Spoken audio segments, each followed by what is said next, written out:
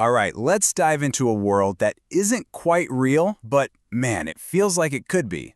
We're going to explore the technology, the reality, and the future of virtual reality. I mean, have you ever really wished you could just step inside another world? Walk on Mars, swim through the deepest parts of the ocean, or even practice a delicate surgery without any of the real-world risk? Well, that's exactly what VR is all about. So, here's the plan for our journey today.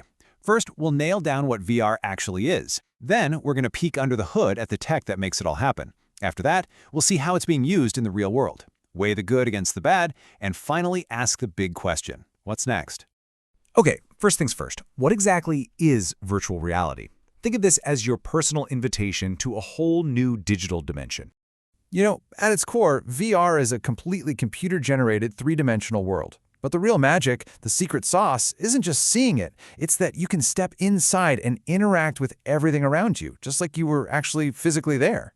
And this right here, this is the heart of VR's magic trick. The whole goal is to create something called presence. It's that powerful gut feeling that you've been truly transported somewhere else. It's literally about tricking your brain into believing the virtual world is your real world. So, how in the world does this magic trick actually work? Let's pull back the curtain and take a look at the machine that powers these incredible virtual worlds. Well, it really all comes down to a few key pieces of tech that have to work together perfectly. You've got the headset, which is basically your window into this new world. The motion controllers, those become your hands. And then you have tracking sensors that translate your real-life movements into the virtual space. And, of course, it's all powered by the software that builds the world in the first place. And this is how those parts come together to create the experience. The headset gives you immersion. It completely blocks out the real world. The controllers give you interaction, letting you pick up and move virtual objects. But maybe the most crucial piece of the puzzle is real-time response.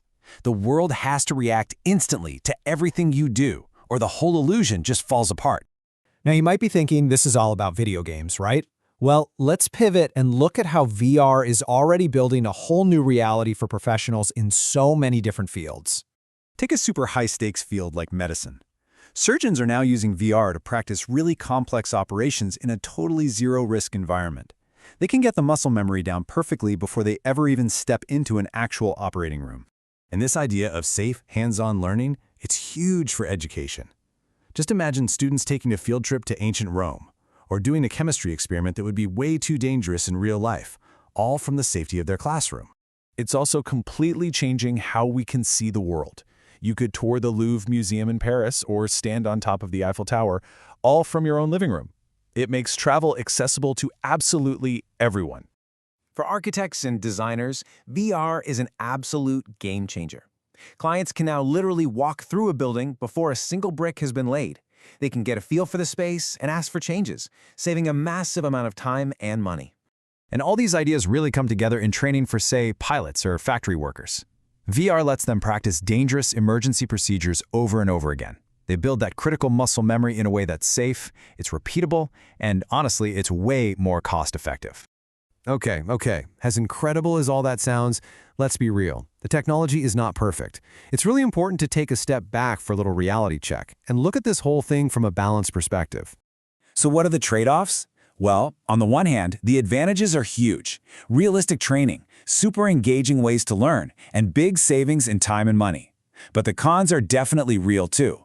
The hardware can still be pretty expensive. That dreaded VR sickness is a real issue for some people, and you need a seriously powerful computer to run the best experiences. So with all that in mind, where is this all heading? Let's wrap things up by taking a look ahead at what the future of these virtual worlds might actually hold. But first, there's a quick but really important thing we need to clear up. We hear all these terms thrown around: AR, VR, MR. So, is it all just virtual reality?